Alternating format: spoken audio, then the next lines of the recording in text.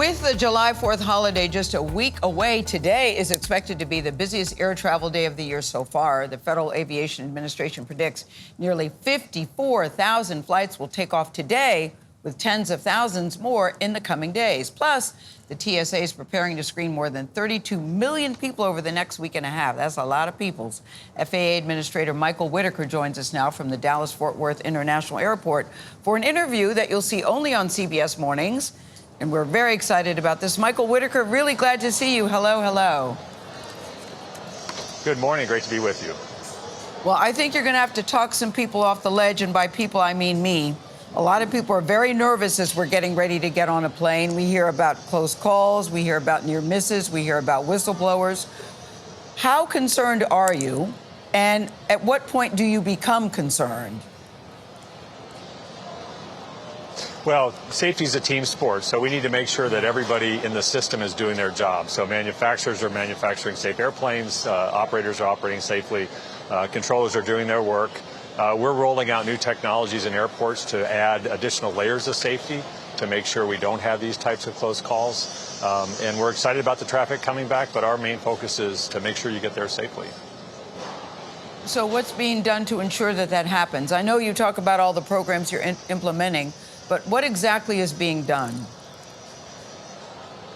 Well, I was in Austin yesterday looking at two of the new technologies that are being deployed. One alerts controllers if an arriving airplane is lined up for a runway that's occupied, so it's an additional layer of alerting controllers for situational awareness. And then there's a new product that is going to be in the actual air traffic control tower that gives controllers a better tool for seeing what's actually going on the runway surface. So we're deploying those rapidly at airports across the country. Michael, when it comes to travel, we try to plan for the unpredictability of the airport and what happens there. But how do you prepare for the unpredictability of the weather? We report on it quite a bit, and the weather has been bad throughout the country. What's being done about that? Well, weather is the main reason for delays. Over 2/3 of delays are weather-related, so we watch that very closely. Of course, it's summertime. You have thunderstorms. We have a command center in Virginia that coordinates among all the centers and with the airlines to make sure we're routing traffic around thunderstorms. That's the main concern this type of year. We've opened up some additional routes. The military gives us some extra airspace to use. We open new routes over the Gulf of Mexico and some higher altitude routes. So we try to keep that mix going, but if the storms act up, it will result in delays. So right now, things look relatively good, but we're watching very closely.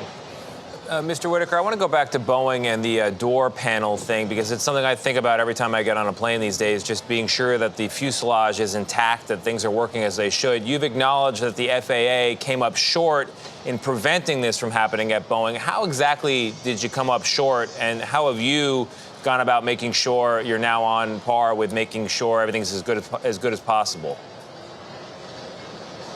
Well, it's clearly something like that on January 5th should never happen. So we are reviewing our oversight model. What we've done with respect to Boeing is put more inspectors on the ground, talking to employees, having a better idea of what's going on, actually viewing the key points in the manufacturing process to make sure they're being executed properly. And we've worked with Boeing to develop their comprehensive plan to really get their quality and safety where it needs to be, and we're going to be very closely engaged with them to make sure they execute on that. So at what point, Michael, do you become concerned? Because I know that we had Ed Bastian on yesterday. He said that he feels confident. We know Dave Calhoun from Boeing says they're doing everything, but the whistleblower complaints are going up. You know, they're more now than ever before. At what point do you become concerned and think, Houston, we have a problem? Because from the outside looking in, it does seem to be very unsettling.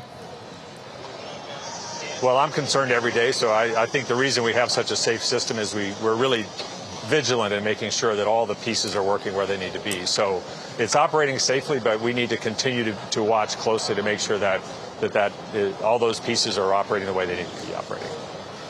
Why is this considered the busiest travel day? I'm very confused. We've been saying it all morning. 4th of July is next week. Why is this considered today the busiest travel day? I don't get this. Well, Thursdays are popular travel days. I think after COVID, the pattern of travel has changed with holidays. People tend to go earlier, and Thursday is the big day. So this is probably going to be the busiest travel day of the year. certainly the busiest travel day we've seen in at least 15 years. So we should have put in our vacation days a little bit differently. That's right. What were we That's right. thinking? Well, Michael, we appreciate you joining us. Things look calm behind you right now. Let's hope they remain that way. Take care, and thank you for joining us.